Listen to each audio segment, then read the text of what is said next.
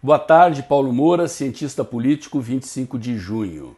Eu estou lançando o comentário de hoje na parte da tarde, porque ontem à noite eu lancei um vídeo novo no canal sobre as mudanças necessárias no Ministério da Educação. Recomendo vocês irem lá dar uma olhadinha.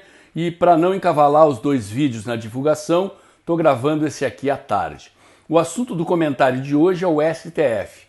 Isso mesmo. Mais uma decisão estapafúrdia da Suprema Corte Brasileira, que definitivamente assume ares bolivarianos e absolutistas, não bastando estar interferindo sistematicamente no governo do presidente Bolsonaro, impedindo o presidente de governar, está interferindo também nos governos estaduais e municipais. A decisão foi no sentido de proibir governadores e prefeitos de congelar salários e reduzir jornada de trabalho dos servidores públicos como forma de conter o déficit público explosivo. O estoque da dívida dos estados era de cerca de 53,5 bilhões de reais e pulou mais de 10 vezes para cerca de 883 bilhões. Isso mesmo que vocês ouviram.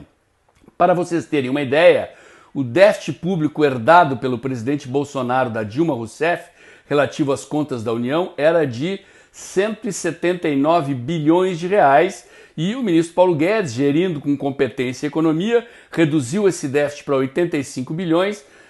Nessa trajetória, previa-se aí que em mais 1 ou 2 anos nós realcançaríamos o superávit, conseguindo então decolar a economia brasileira no último ano de mandato do presidente Bolsonaro, pois a Suprema Corte decidiu definitivamente inviabilizar a economia brasileira.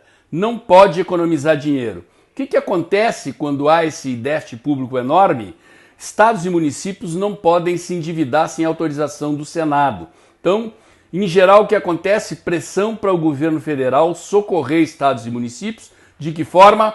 Gerando dívida pública, emitindo papéis no mercado.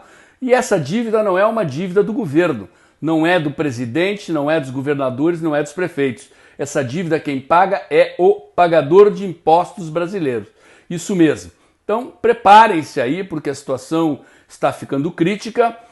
É um déficit pontual, ao contrário do crescimento vegetativo da despesa com folha de pagamento, com previdência e custeio da máquina pública. É um déficit situado no tempo, né? Ele tem como origem os gastos com a saúde na pandemia e o socorro dos setores prejudicados pelo fechamento da economia, mas é um rombo gigantesco que vai dar muito trabalho para consertar. É bom estarmos preparados para as consequências disso. Esse era o assunto de hoje. Até o próximo comentário.